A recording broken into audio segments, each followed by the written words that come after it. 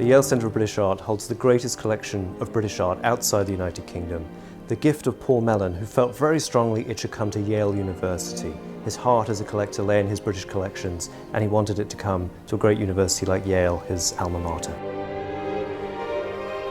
The most rewarding aspect of a reinstallation is when it's done and the doors open and you see our visitors come in for the first time and actually get to see the art again after 18 months of being closed and enjoy the end product of your work. The hardest challenge whenever you're doing a reinstallation is making the tough decisions about which objects get on the wall and which don't. And we only have space for about 1/3 of the collection, and so making that tough decision between what gets on the wall and what remains in storage is always the hardest thing.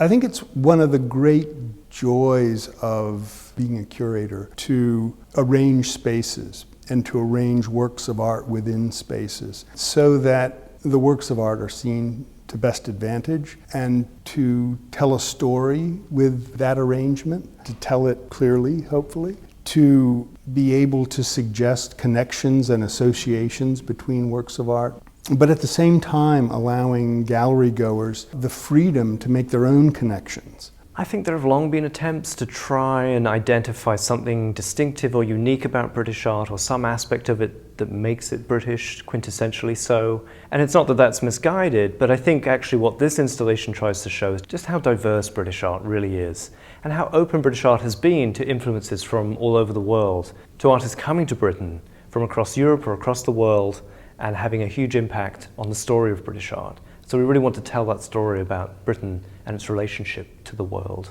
Of course, what we hope that visitors will notice first is that we have not stripped out this great Kahn building to produce a work by another architect. This really was a loving conservation project. And as far as the building is concerned, we hope that its original gorgeous glow is what people will feel when they enter the building and begin to walk through its beautiful spaces. Those of us involved in the project hope very much that the building will have a very familiar feel, just a fresher feel, that the finishes, the carpet, the linen, the white oak will just look renewed, but the spaces themselves are really very much the same as they were.